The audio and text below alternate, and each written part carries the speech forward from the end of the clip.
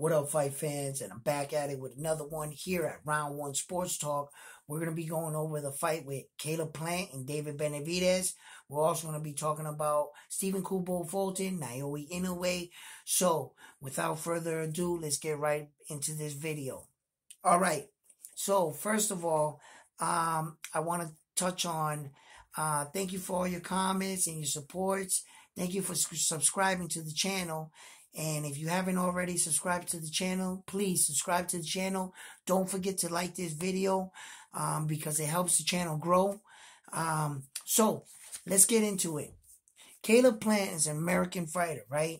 Okay. He comes to us with a record of 22 fights and 13 knockouts. In the entire world, he is ranked number 5. In the US of A, he's ranked number 3. Okay. He's gone 142 rounds.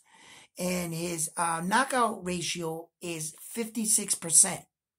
Okay, he's 6'1". He has an arm reach of 74-inch arm reach, and he comes to us with an age of 30 years old. Okay, now in his last outing, he fought Darrell. He knocked out Darrell. I believe that was a beautiful time, well placed left check hook. Unfortunately, David Benavides, his father, thinks it was a lucky punch. I'm not sure if he's saying that to sell the fight, but that was not a lucky punch. Okay, David Benavides comes to us with a record of 26 fights, 23 knockouts. He is currently ranked number 4 around the world. In the United States, he's currently ranked number 2. Okay, now he comes to us of a young age of 26 years old. Okay. He is 6'2", and he has a 74-inch arm reach. So Caleb Plant and David Benavides has the exact same arm reach. The only thing is, David Benavides is just 1 inch taller. You see, and that's what I want to talk about in this fight too as well. Going into the fight, you know, I was like, man, ain't nobody beating the monster, David Benavides. He's too good. He's on his feet. He throws a barrage of punches. Go watch his highlights. The dude's a monster, right? Okay. You know, pun intended. Now, the thing is this. I started noticing, see, because now I'm reporting boxing.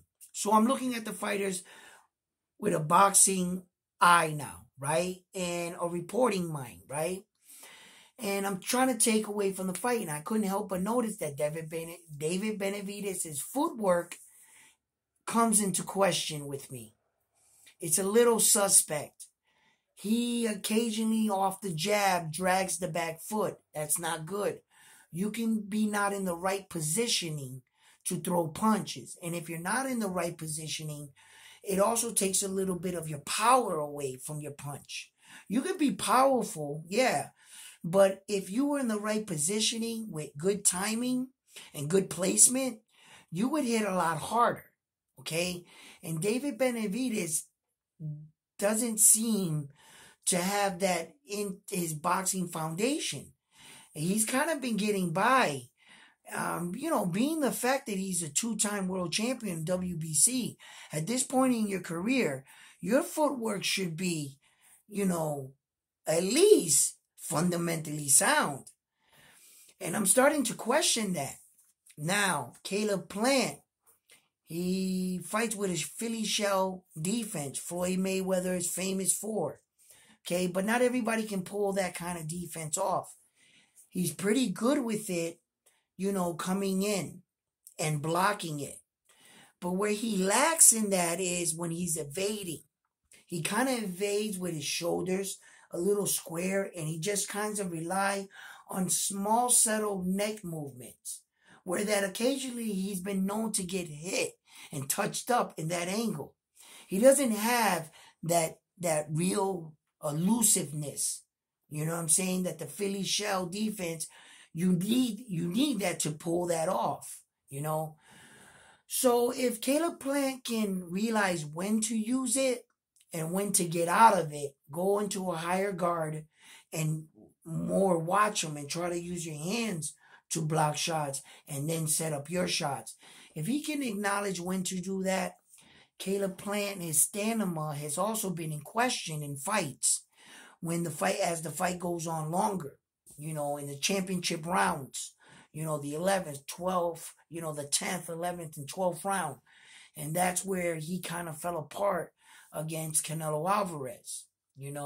I saw some improvements against Darrell, and that's why I like Caleb Plant in this fight as an underdog. Everybody I seems to be wanting to take David Benavides. I get it. He's a great fighter, and I would have took him if he was fighting anybody else.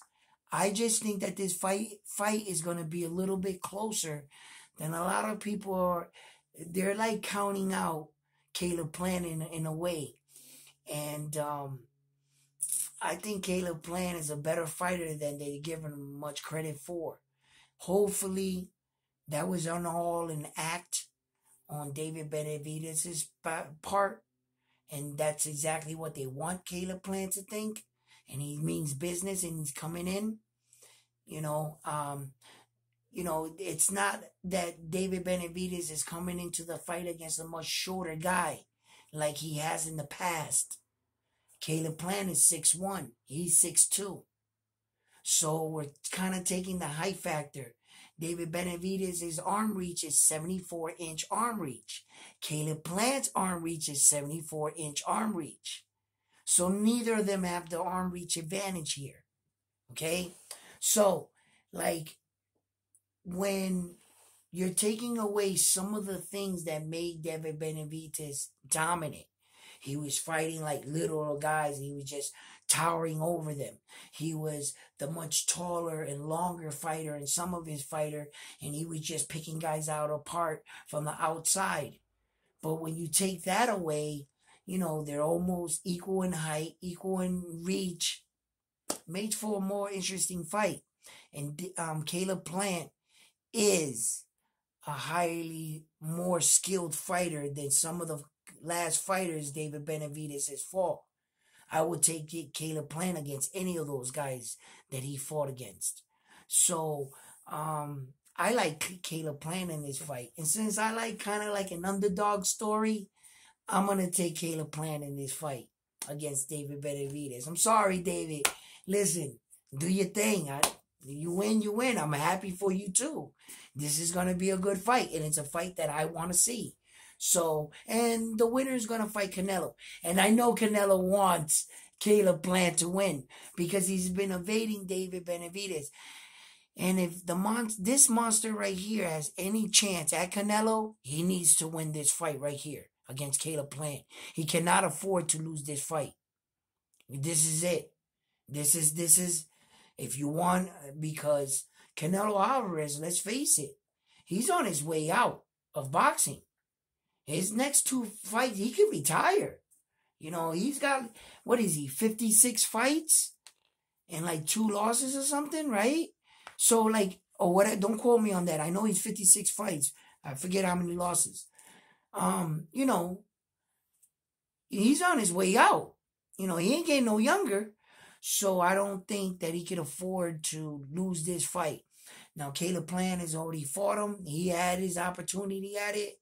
So I think the person that has the most to lose here is David Benavides. He's going to have a lot to prove. But if anybody can do it, he has the skill and the ability to do it.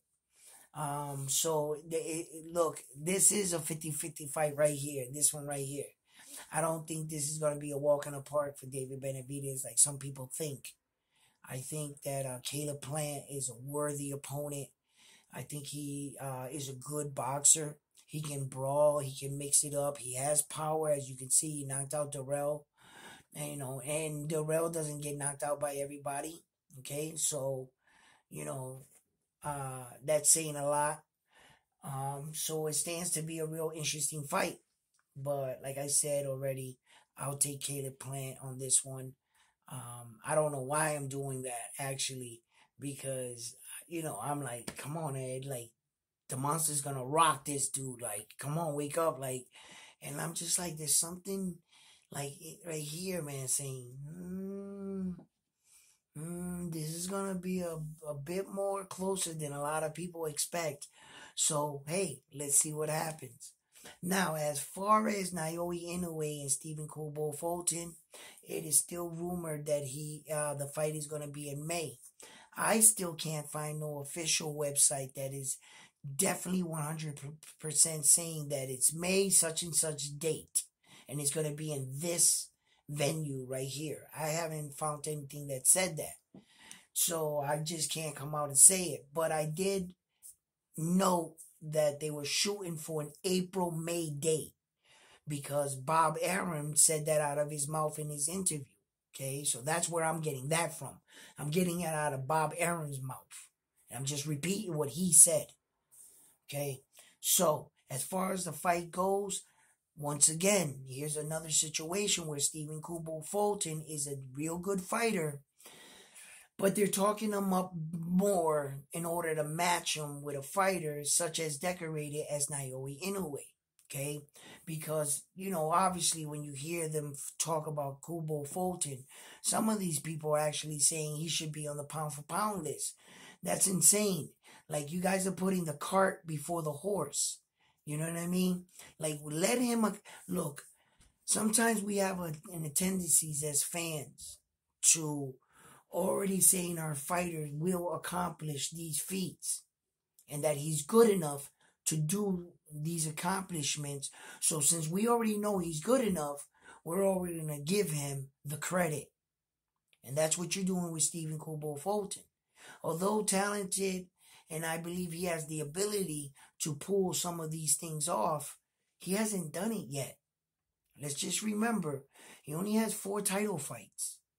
Naoya Inoue has 19 consecutive title fights. Okay? And he's knocked out the last 10 of his fighters. All the last 10 of Naoya Inoue's fighters, he's knocked them out. It's going to come up 9 of 10, right? But that first Donaire fight, Naoya Inoue knocked out Donaire. The referee counted to 10. They helped him. They came in and stopped Naoya from finishing him and try to give him that bullshit standing 8 count. Naoya Inoue technically knocked him out. But in the second fight, he really technically knocked him out. So I'm going to say 10 for 10. So as far as them fighting in May, I'm not sure on that one, but I still do know that the fight is starting. Will take place in Japan. And I will be getting back to you on that. So as of right now, this is all I have for you for today. Please like, subscribe, and share the videos. On to the next one. Peace.